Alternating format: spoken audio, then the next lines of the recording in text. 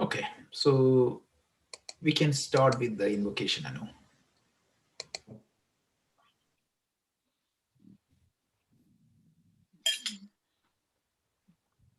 Om Sahanavavatu Sahanau Bhunaktu Sahaviryam Karavavahai Tejasvinavadhitamastu ma vidvishavahai. Om Shanti Shanti Shanti. Harihi Om Shri Gurubhyo Namaha. Harihi Om. Thank you, Anu. So after a gap of 2 weeks, we are regrouping. And actually we stopped in the middle of an interesting discussion. So probably these two verses we were discussing, which is chapter 9, verse 4 and 5, are the most profound verses in our literature, which explains who the God is.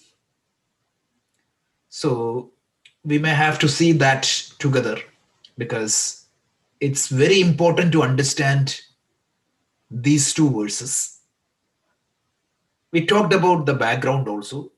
We said as children, we all used to have some childish understanding of many ideas. As a child, I thought my parents are omniscient, as because whatever we do, they used to find out. When I looked at the world, I thought the sun is going round the earth. When I looked at the earth, I felt that it is flat. There are many things. When it was raining, like the thunderstorm, it was a different idea.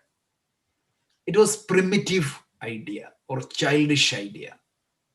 And what we discussed was all those concepts or understanding about the world got matured as we grow up because we went to school, we studied science, we got all these education. And that education, thanks to that education, that helped us to have a refined or a matured view of the world. But look at our idea of the God. That idea stayed where it was. If you ask a child, the answer you get probably is the answer an adult also gives. That means he was not exposed to that teaching or the tradition he believes in is not going far, or they present a simplified view of the God. I'm not saying that something is good or something is bad. I'm just presenting a point of view. So, having a simple concept of the God, the Father in heaven created the world, it has its own advantage and it has its own disadvantage. The advantage is it is simple to understand, not much difficulty. It is not subjected to a lot of interpretation, etc. Whereas in the Vedantic tradition, it goes beyond that simple understanding of the Ishvara. And these verses are classic example. The advantage is that it never ignores your intellect. It never allows you to stay in that childish mode of understanding. But on the other side, if you don't understand this, it can subject it to a lot of misinterpretation, a lot of wrong understanding. So we can see these verses once again and try to understand this holistically and have some discussion also, because it's very important that God is to be understood rather than merely believed in. This is one of the basic idea or Shankaracharya and other teaching tradition taught us. So with that, let's try to chant these two verses and try to understand these two verses in a detailed manner. So as I said, like last week also we said, our rule of 3 verses per day may break here for these 2 verses, but it's completely okay. So with that, let's try to see verse probably 4 and 5 once again. 4 we saw, and we were about to see 5, but let's start with 4 and 5. Anu, would you please chant these verses 4 and 5 together? Maya tatamidam sarvam jagadavyakthamurtina matsthani sarvabhutani nachaham teshvavasthitah nacha matsthani bhutani pashyame yogamaishwaram bhutabhrinna cha bhutasthaha mamatma bhutabhavanah. It's brilliant verses. So let's try to recap what we did last week. So he said, Maya tadam idam sarvam jagat avyaktamurtinaha matstani sarvabhutani nachaham tev avastita. So this is teshu avastita. Nachaham tvesha avastita. So this is the verse. So last week we talked about this in detail. So let's try to understand, right? So maya tadamidam idam sarvam maya tadam. So I, tadam means pervaded. The whole world, the whole universe, entire universe is pervaded by me. How? Avyaktamurtina.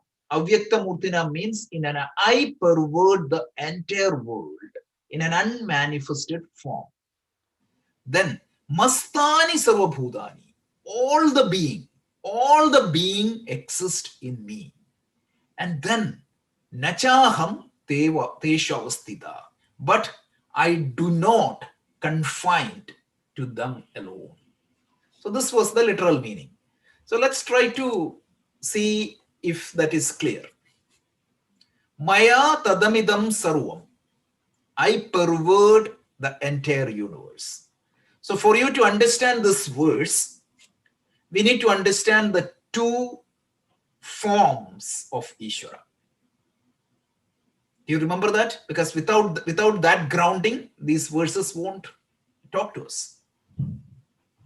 Yes, the Ishvara can be seen in 2 different orders.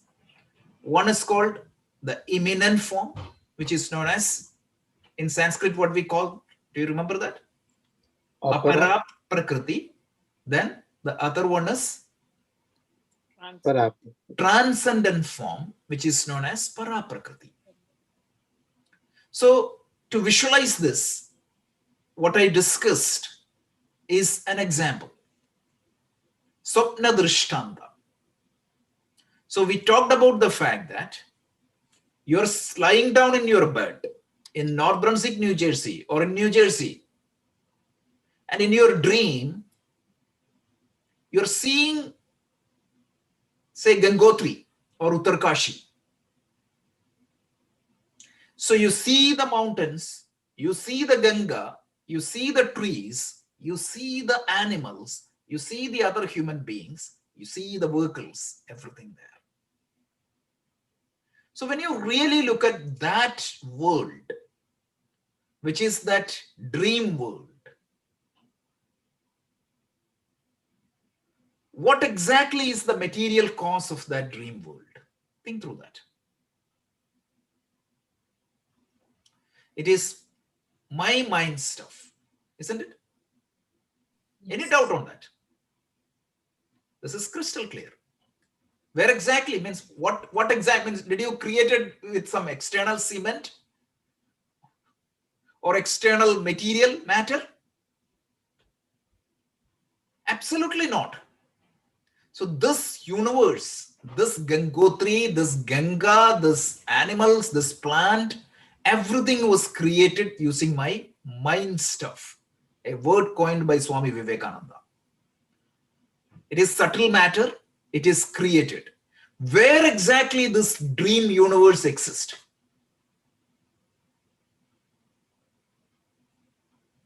Again in my mind. Again in me. Dispute me if I'm wrong. This is pretty much understandable. Now, so the material cause is my mind or me. And what is the intelligent cause? Who intelligently created? Who knew that this mountain is like this? This ocean is like this? Who created it? When an artist draws a picture, whose intelligence manifests as that art? It is the artist. So who authored this dream world? You did. Again me. So the material cause, the nimit upadana karana is me, and the nimitta karana is also me. The intelligent cause is also me. Now, when you look at that dream nature, the dream nature is governed by the dream law.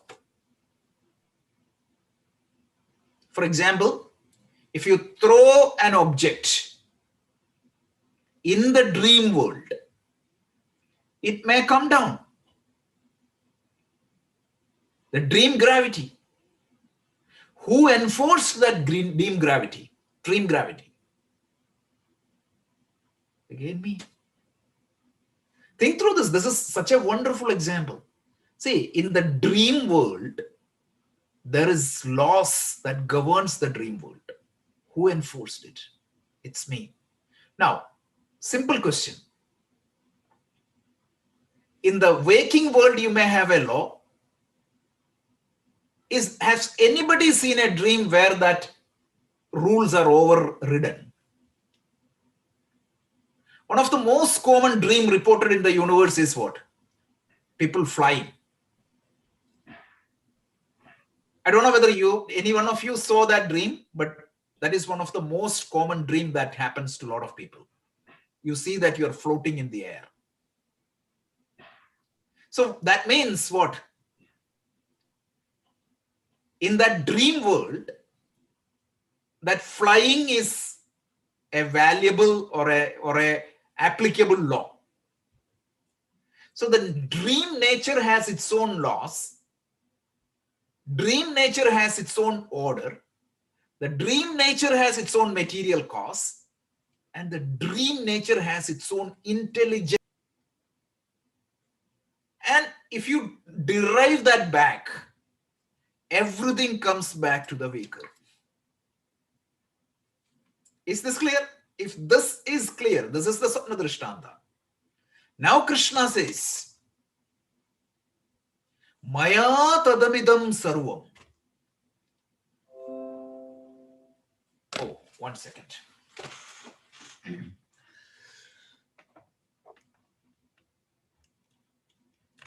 Okay, I'm sorry. So when Krishna tells Maya tadamidam sarvam, the entire this world is pervaded by me. So the person who is dreaming on the bed, from that perspective, I can tell the whole dream world is pervaded by me. Because the other people in the dream is me. The plant in the dream is me. The sun and the moon and the stars are me. Everything is me. In that dream world, can you tell me one thing which is not my mind stuff? Everything is me. Mind you, this is just an example. Dream is an example. Please don't think that the world is a dream. This is just an example to convey the fact.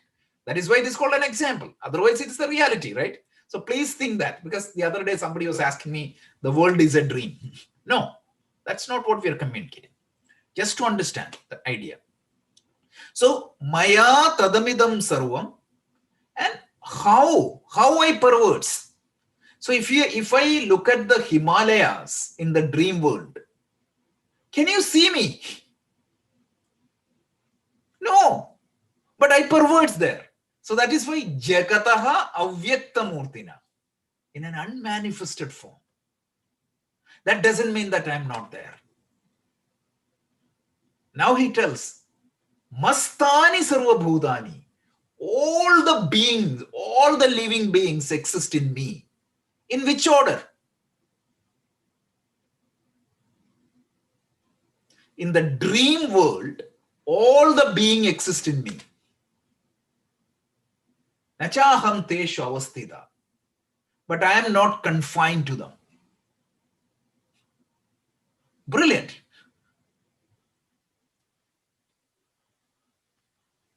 So this, to appreciate this, you need to understand this. Without this dream example, it cannot be communicated. So that's why Shankaracharya always goes to this example.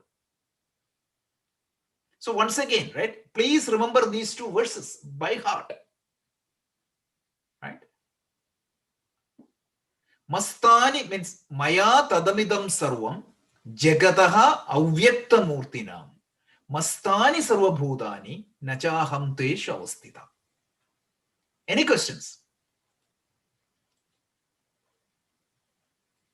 So he's basically saying, even though I'm not there, whatever you see or whatever is there is me. Exactly. Exactly. So this is the God you are talking about. Think about the childish understanding of the God. So, what is the scope of my life? In this example, Endless. the dream world. Meaning, see, if I am considering myself and it's an individual, my scope of life means I'm not talking about as Atman, as a Jiva. If I consider myself as Rajesh, the scope of my life is this world, this waking world. Right.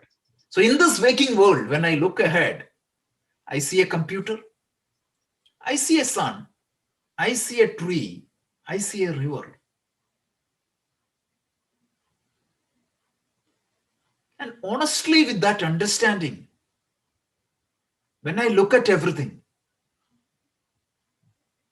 I need to know that it is Ishvara in the immanent form, not the transcendent form. So, Avyakta Murtina. So when I see that glory, when I see something shining, when I see that glory in the universe, it's an indirect way for me to recognize Ishvara. When I see the sun,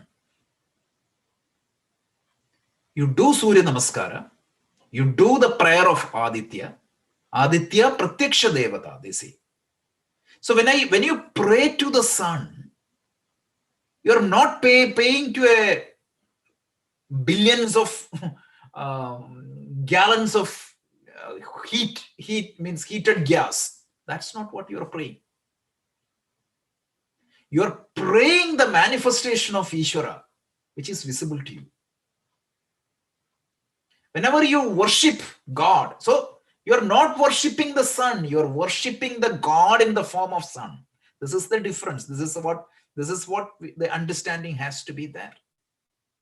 And when you worship that river, are you worshipping that H2O? Or are you worshipping that Ishvara, who is the material cause and efficient cause and intelligent cause, which comes to me as river? That's what it is. When you recognize this fact, you can recognize this fact and you can worship the total in any form. Any form, through that, any form you can invoke that total. This is the significance of our worship. In Rudram, it is said that Vrichepyu, I'm worshipping you in the form of that tree. I'm worshipping you in the form of that animal. I'm worshipping you in the form of that plant. So understand that in which form we are worshipping Ishvara. So last week I talked about the different theologies, right? These Indologists, when they came to India and tried to understand what exactly is our understanding of God, they confused. In this German system, there are multiple theologies. Last week we started that discussion. Do you remember that? Monotheism, polytheism. These are the two popular schools. Monotheism means what? Many gods. Worshipping it in one form. One God. So a lot of men, and they call Hinduism as polytheism. Polytheism is what? Multiple gods. Multiple gods. So now, are we fit into that polytheism definition? Not really, no. Absolutely not. Polytheism means one God is separate from the other. There is no connection. That doesn't fit. Now, a lot of Hindus think that we are monotheistic. The other day I saw somebody's Facebook post. He said that people are calling us polytheistic. Wrong. We are monotheistic. Is that true? No. Why?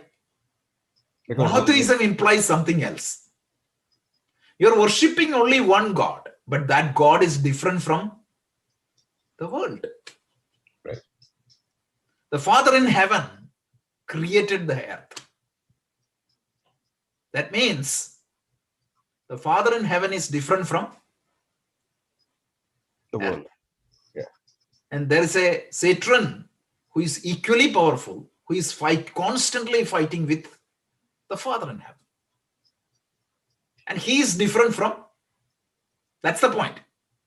He is different from Father in heaven.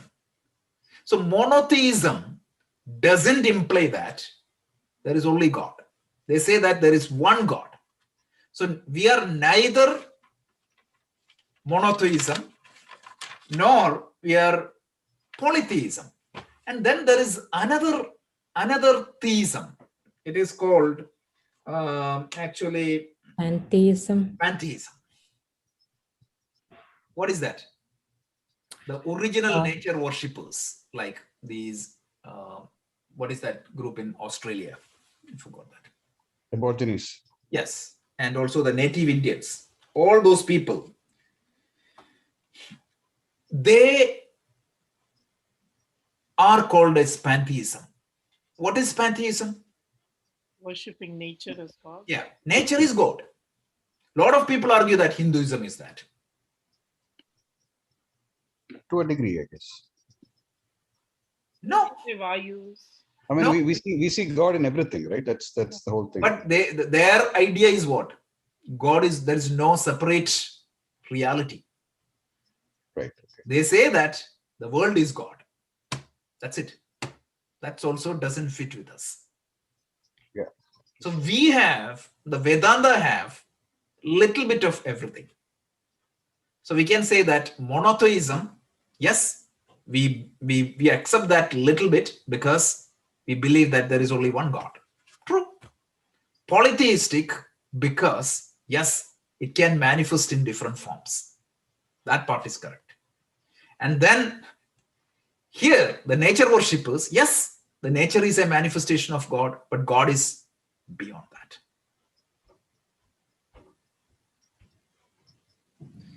Now, in our Purusha Sukta, there is a famous hymn in Rig Veda. Anybody here knows Purusha Sukta?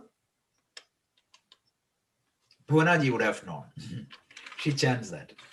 There is a famous verse in Purusha Sukta. I forgot exact the verse is, but Purusha Sukta says, Padohi means 1/4 of the God is the world. That's it. Don't stick to the arithmetic. Don't say that exactly 1/4 is this God. No, it just said that God is much beyond this world. Is the scope of me lying on that bed? Is it just limited to that dream world? Of course, I'm in that dream world. I am a part of that dream world. I know that dream world. But is that the only scope I have? Not at all. So I am much beyond that. That's exactly is the idea. So academic purpose. Academic purpose. The basic idea of the Vedanta is there is an adhishtana, or there is a like a holding thing beyond, means for all this world. And that is the transcendent nature of the God, which is known as Brahman, or the absolute reality. Now, suppose somebody comes and tells you, this world is fantastic, it is great, but there is no adhishtana, or there is no holding reality behind this universe. Do you accept it logically? When you look at the table, or when you look at the gold, you say that, yeah, it's an ornament, but there is no fundamental substratum that supports this gold, means ornament. If somebody says that, if a theology says that, that theology is known as Shunyavada. Have you heard of that terminology? Shunyavada. Buddhism. Yeah. So that's the difference between, that's the probably the major difference between Advaita Vedanta and Buddhism. Buddhism says that, yes, there is no fundamental substratum that sustains this universe. Our Buddhist friends believe that, and that's where Advaita Vedanta come back and rejects that idea. Everything else is exactly the same. Most of the spiritual practices are same, everything is same. This is the one fundamental point which differs from Vedanta and Buddhism. Just for academic purpose, that's it. So coming back, so that is Shunyavada.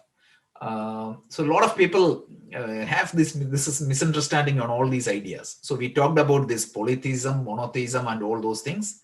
And also we talked about the first verse. Now comes to the next verse. Anu, could you please chant the next verse? 5. न च मत्स्थानि भूतानि पश्य मे योगमैश्वरम् भूतभृन्न च भूतस्थः ममात्मा भूतभावनः. Look at the third line of the previous verse and the first line of this verse.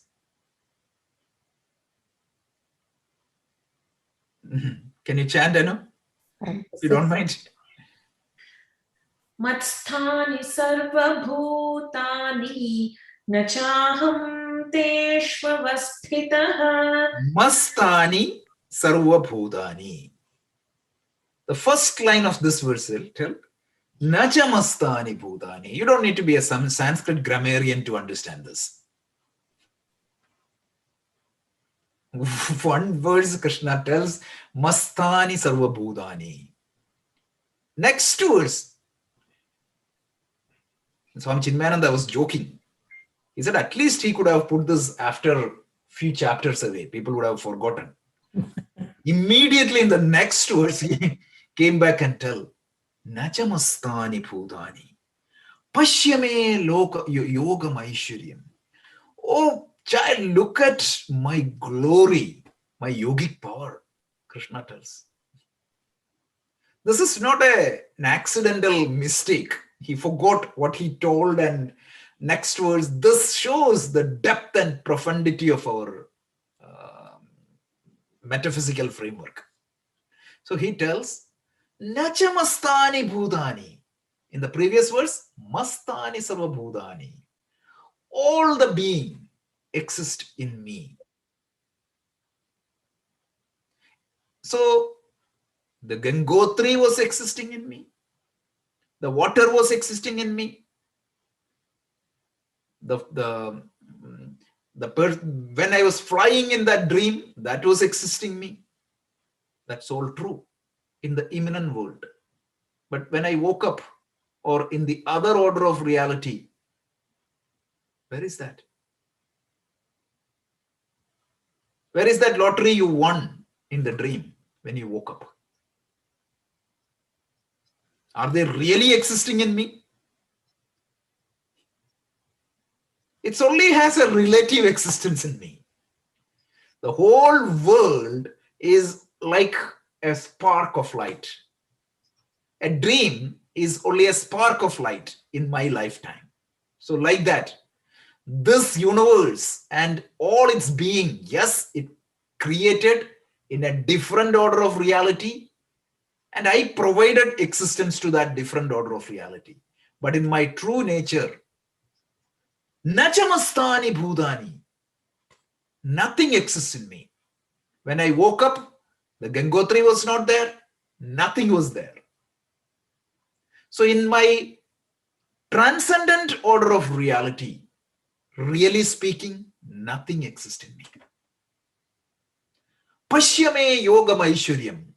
So you just look at my glory, look at my power, because you have existence only in one order of reality, but I have two orders of reality. I have a higher nature. In that higher nature, which is not, you cannot see, but in that order of reality, nothing, no being exists. There is only absolute consciousness. There is no matter, there is no universe, nothing. Nothing exists in me. Now, let's, for fun, let's say that in that dream universe, you were in Gangotri. You went to an ashram. You can see ashrams, plenty of ashrams in Gangotri. And in that dream, imagine that a Swami was talking to you. And that Swami said, what? Hey, friend, your absolute reality is nothing but outside of this order of reality. You and me are one, Tattvamasi. In fact, everything in this mountain, this water, this everything is that absolute reality. Even when somebody theoretically speak without self-realization, it is beyond their comprehension. So this is what is known as Maya. This is what is known as this Yoga Maishwaryam. So the Maya is the skill of Ishvara by which he can manifest the universe as a different order of reality from his own order of reality. Just like we all have the Maya in our hand.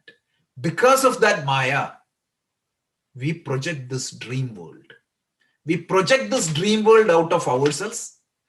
We enforce the laws in that dream world out of ourselves. And the dream world is nothing but ourselves. So that is our Maya. And that is our power. Like that, Ishvara, the absolute reality, the God of the universe, it can manifest in an immanent form, and in that immanent form, everything exists in him, but in the transcendent form, nothing exists in him, which is beyond. So, Nachamastani Bhutani.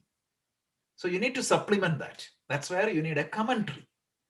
That's where Shankaracharya comes into the picture. So, Nachamastani Bhutani Pashyame Yogam Aishwaryam. Look at my glory. Look at my power. And then it is very interesting. He uses two words. He said, Bhuta Print, Nacha Bhutastu, Mamatma Bhuta Bhavana. In the same breath. So when he say, Nachamastani Bhutani, then we will get confused. And we think what? So then, where exactly I am existing? In the same breath, he said, Bhuta Print and Mamatma Bhuta Bhavana. Bhuta Prit. You know what is Bhuta Prit? the one who creates. Sorry, Prith means protector. The one who protects and sustains the world. And Bhuta Bhavana means one who creates the universe, or one in whom the universe exists. Anybody know the Vishnu Sahasranama? Anybody chant Vishnu Sahasranama here? Yeah, me. I do. Anuvya. Can you chant the first chant? Vishwam Vishnur Vashatkaru. Vishwam Vishnur Vashatkaru Bhuda Bhavya Bhavat Prabhu Prabhu, Bhuda Bhudakrut, Bhudakrut. Exactly. That's the verses uses here, right? Bhuda Prith. Correct. So the one who Prith means sustains or protects. So Rajeshji, here the Pritha he calls, right? One time Arjuna, he calls Arjuna as Pritha. So does it come from here? No. Pritha means it is different, right? So Pritha, Partha, he called it as Partha. Oh, okay. Partha means the son of Pritha. Okay. Pritha means Kundi. Pritha means Kunti. Okay. So That is here one in interpretation. the Another interpretation is Bhuda, Prithvi means earth. So anybody born or lives in earth can be known as also Partha. So that's any Okay. human being. Okay. So here it is different, right? Here he tells, say, let's go through that words. He tells, Mastani sarva bhudani, nacha mastani bhudani. In my transcendent form, in my absolute form, no being exists in me. But in the previous verse, he said what? Mastani sarva bhudani. So in one breath, he said, all the being exists in me. On the other side, no being exists in me. And then to clarify that, he told, Pashyame yogam aishwaryam. Look at my glory. In one order of reality, nothing exists in me. In another order of reality, everything exists in me. Look at the brilliance. This is where all these scientists fall flat. All the great scientists fall flat on these statements. There is nothing you can say beyond this to God. It is bulletproof. Mastani sarvabhutani pashyame yogam aishwaryam. Previous verse, nachamastani bhutani pashyame yogam aishwaryam. So this yoga, see my glory, my power. In one order of reality, nothing exists in me. In another order of reality, everything is me. Think about that dream example. It is very clear. In that waking state, no dream world in me. But in that dream world, everything was in me. And now look at the next verses. Bhuta Prith, the one who protects or one who sustains every being in that imminent world. What exactly sustains every being in the dream world? Me, right?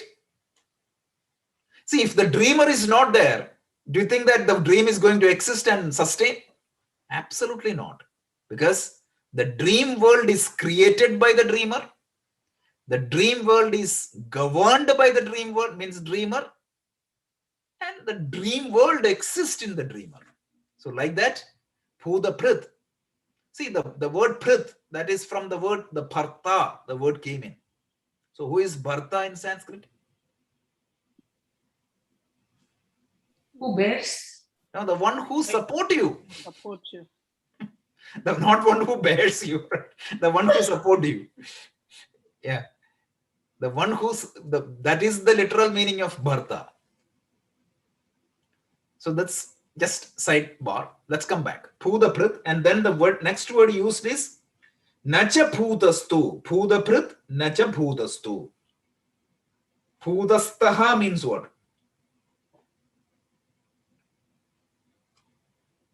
But really speaking, again the language of contradiction. Even though I am the one who creates the bhutas, I am the one who sustains the bhutas. Bhutas means beings. all the beings. But really, nacha bhutastohu, I am not confined to them at all. Bhutastaha here means I am not confined to them. Shankaracharya tells asangatvam also. The exact word used to Shankarabai here is asangatam. I am not dependent on them. I am not confined to them alone. So this two verses is the ultimate. It is the ultimate spiritual teaching you can get about the understanding of the God. So once again, please understand the whole idea.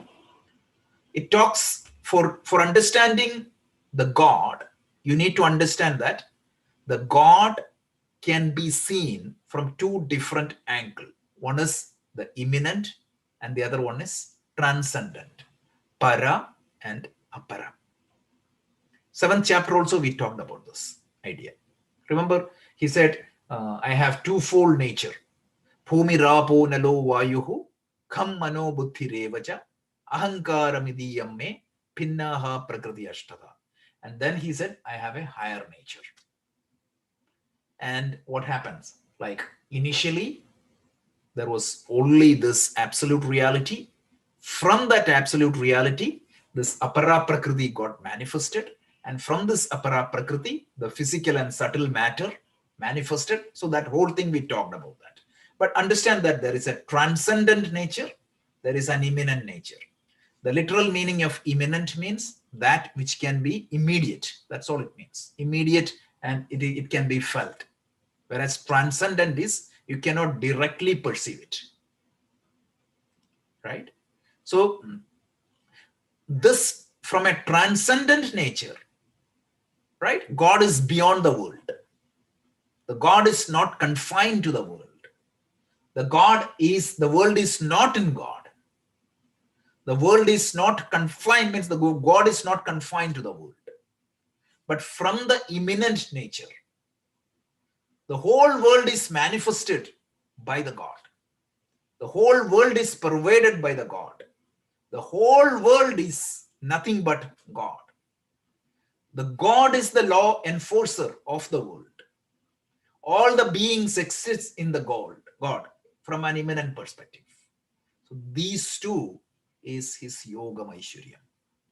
So Brahman, conditioned by Maya, is what is the world. That is what we talked in the Vedanta also. Just like a human being project the dream world, the God, the absolute reality, from there this immanent universe came forth and it exists in the world and it merges back into the absolute reality. So this is the cyclic order of creation in Vedanta. And that idea is brilliantly explained here. And I want to go back to Vishnu Sahasranama. So when you pray to Lord Vishnu, the first verse itself, Om Vishwam Vishnur Vashatkaru Bhuda Bhavya Bhavat Prabhu Bhudakrit Bhudaprit Bhavu Bhudatma Bhuda Bhavana. Vishwam. What is the literal meaning of the word Vishwam?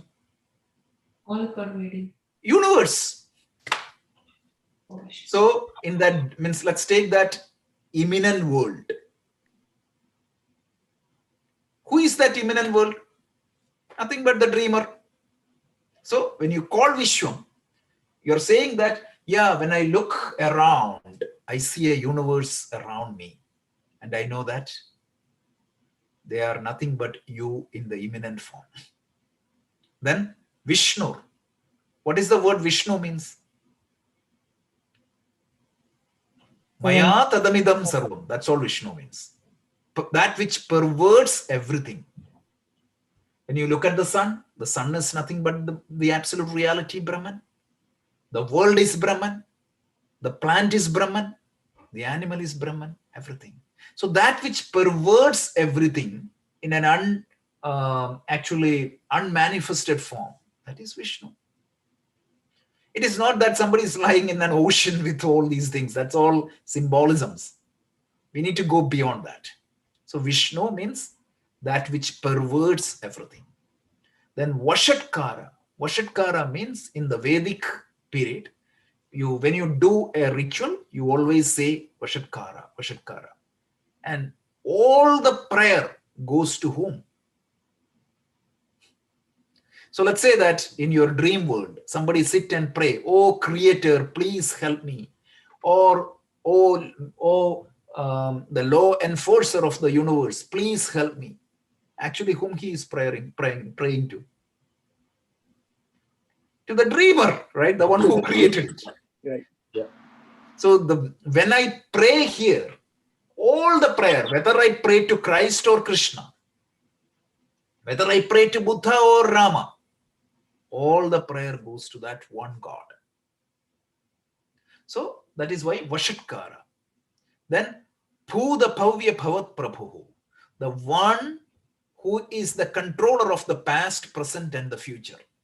Again, in the dream world, it is the dreamer. Like that, in the world, universe, it is the absolute reality or the God. Then Bhuda Prith, the one who created all the beings. Bhuda Prith, Bhuda Prith, Bhuda Krit, Bhavu, Bhudatma, Bhuda Bhavana. Exactly the same thing. The one who is the Atman of the Bhudas, the one who make all the Bhudas run properly. All these words. So people just think about Vishnu Sahasranama as a simple prayer hymn, but it's an amazing treasure of knowledge. It cannot be just chanted and think about a four-handed Vishnu. It's much beyond that. Okay, so let me pause here. So we saw two verses. We can chant those verses once again and try to understand line by line one more time. And then if there is any questions, we can answer. So I know, if you don't mind, could you please chant? And I would request to remember these two verses. This is such an amazing verse. 4 and 5, Rajesh. Yeah, 4 and 5, once again. Maya tatamidam sarvam jagadapyaktamurtina matsthani sarvabhutani nachaham teshvavasthitaha nachamatstani bhutani pashyami yogamaishwaram bhutabhrinna cha bhutasthaha Mamatma bhuta bhavanaha. Beautiful. Okay. So nachamas means the first thing is Maya tadamidam sarvam. I pervade the entire imminent universe. I'm just adding that clarification because otherwise you may not get it. I pervade the entire imminent universe in an unmanifested form. Mastani sarvabhudani. All the being exist in the imminent universe in me. Nachaham tesh avastita. But I in my entirety is not confirmed to the imminent universe. Clear? So if you add those word imminent and transcendent, it is very clear. And then the next verse he tells, so he tells, Nachamastani bhutani, in my transcendent form, no beings exist in me. Pashyame yogam aishwaryam, just see my two forms, it is the glory of mine. And then he tells, Phuda prith, Phuda prith nacha phudastu, Phuda mamatma Phuda bhavana. Even though all I am means in myself, in my immanent nature, I create all the beings and sustains all the being. In my transcendent nature, I am not confined to them. That's it. If you add those words, where is transcendent and where is immanent, it is crystal clear. This is not confusing verse, but we have to admit this is one of the most difficult verse of the Bhagavad Gita.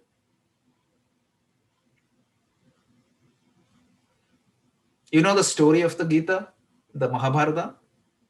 Ganesha was the scriber of the Mahabharata. So there was a contract between Vyasa and Ganesha. Do you know that story? It's a story only. This is don't take it much more seriously. The story is Vyasa wanted a scribe who can scribe this 86,000 verses. No human being, it is possible. It's humanly impossible. I was trying to read this Mahabharata and I thought, okay, I'll finish it. And every day I try to read one verse. And then when I calculated it, how many years it is going to take. Imagine 1 year I can study 365 verses. Like that, if I take 10 years, it is going to give how much? 3,000 verses only. And if I go to that pace, 100 years, 30,000 verses. So look at the size of Mahabharata. You see, simply people say 100,000 verses. So who can scribe that? So Ganesha was approached.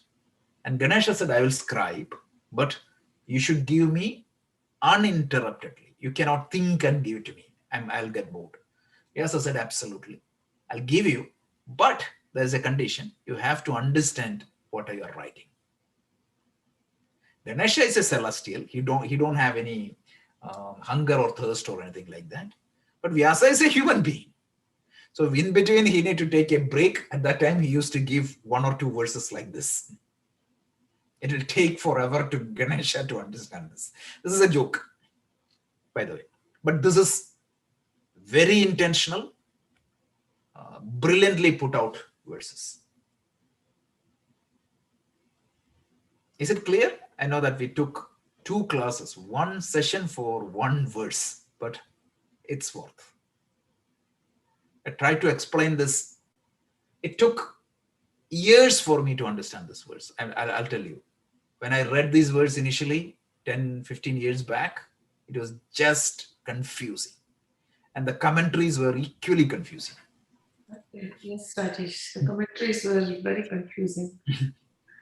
So you have to go back to Shankara.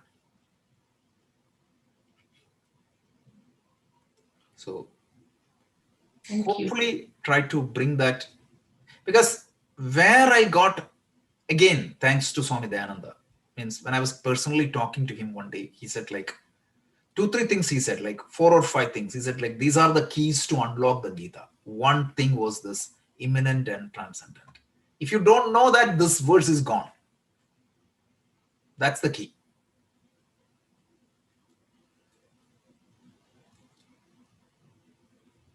Okay. Any comments? Is it clear?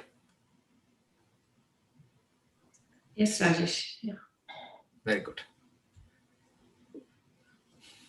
Yeah, Rajesh, one question. Yes, astrology.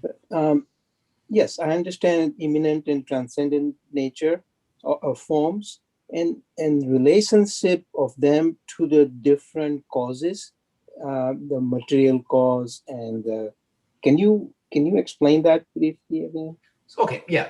So any creation, any creative work in the universe requires 3 causes, they say. The law of causation talk about that. One is called the material cause. The other one is called intelligent cause. And the third one is called instrumental cause. So if you take the example of a pot maker making pot, or pot is the creation. That creation presupposes, suppose somebody wants to make that pot, they need to have the material. And what would be the material cause here? The clay. Clay, exactly. But the clay by itself won't become a pot. So you need somebody with some intelligence, because pot is intelligently put together. That is the pot maker here. And sometimes, even if you have a pot maker and the clay, you need to have some instruments. The pot maker uses something, right, to put this, some wood or something like that. I remember I don't know what exactly it is. They put some instruments to make it. So this is the typical 3 factors in a creation. But in the case of world, who created the world?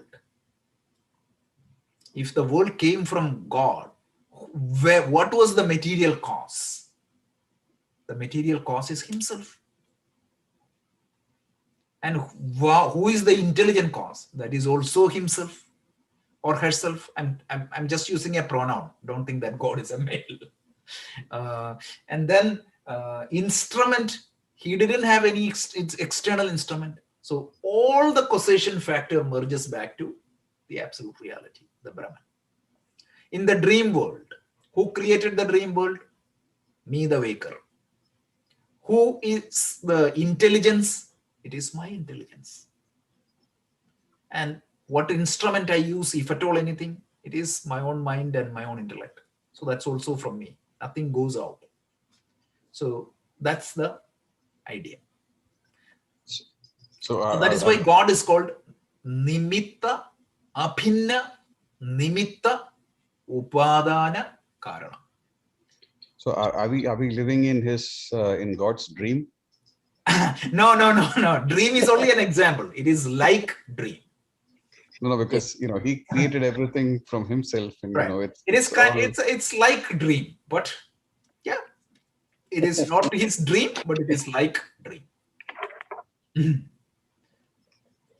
Dream is it's a brilliant example because no other example. So now if you think about this creation theory, right? Just for academic purpose, 2 minutes. So when you look at the whole traditions of the world, I talked about this in our introduction to Upanishad class, in the Vedanta class, right? So in the world, there are 2 types of creation schools. One is called Satkaryavada, the other one is called Asatkaryavada. Asatkaryavada is followed by all these Semitic religions and even our Vaishnavite tradition. Some of such traditions in Hinduism also follow that. So this Asatkaryavada, in Bible it is called as Creatio ex nihilo. It's a famous theology. It's part of the theology. It tells the world was created by God from nothing. That is called Asatkaryavada. Sat means existence, Asat means nothing. The world was created by God from nothing. So let there be a world, God said in the Old Testament. There was world. Let there be rivers, God said. Rivers came in. Let there be a sun on the 3rd day. The sun came in. And in 6 days, the God created the world. But that is called Asatkaryavada. In the Vaishnava Purana, in the Vaishnavite tradition, that is exactly what it is. Asatkaryavada. But when you come to Vedanta, it is different. It is called Satkaryavada. So you cannot create something out of nothing. That is the basic principle of Satkaryavada. But in the Satkaryavada itself, there are 2 different schools. I'm not boring you with all the theory, but just for academic purpose. One thing is called Parinamavada. The other one is called Vivartavada. So in our tradition, there is another school called Sankhya. A lot of you might have heard of that, Sankhya. So per Sankhya, what they say is the God transformed into world. The God became world. Like a pupa becomes butterfly. But Vedanta don't say that. Vedanta says God didn't change. Because if something is changing, that is not God. You call it as avyaya. So God, the Vivartavada means it is like a projection. The whole world was projected by God. And this theory, what you see in Gita, is based on that. So it is the Satkarya Vivartavada. And the definition of God there is Abhinna Nimitta Upadana Karanam. Is not separate from the Nimitta, which is Upadana Karana, the material cause and the efficient cause. Sorry, intelligent cause. This is the summary. And with this only, we are saying Isha Vasyamidam Sarvam. The entire universe is pervaded by Ishvara. That is the first statement of Isha Upanishad. And Purusha Sukta, again we talked about this. Sahasra Shirsha Purusha, Sahasraksha Sahasrapad. And Bhunaji, do you know that verse?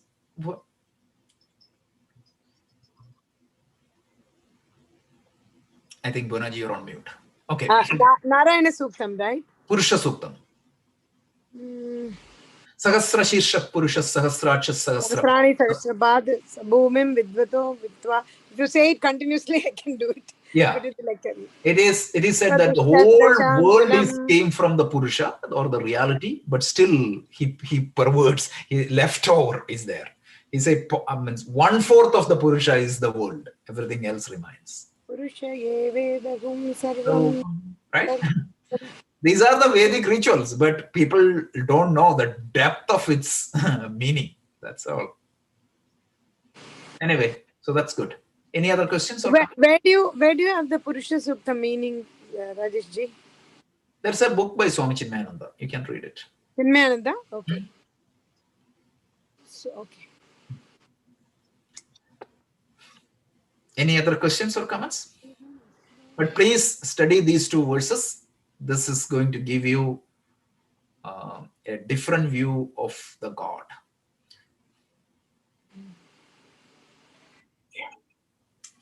Thanks. Okay. So, Bhunaji or Anu, one of you can do the invocation. We can stop here. Punaji, please. Okay.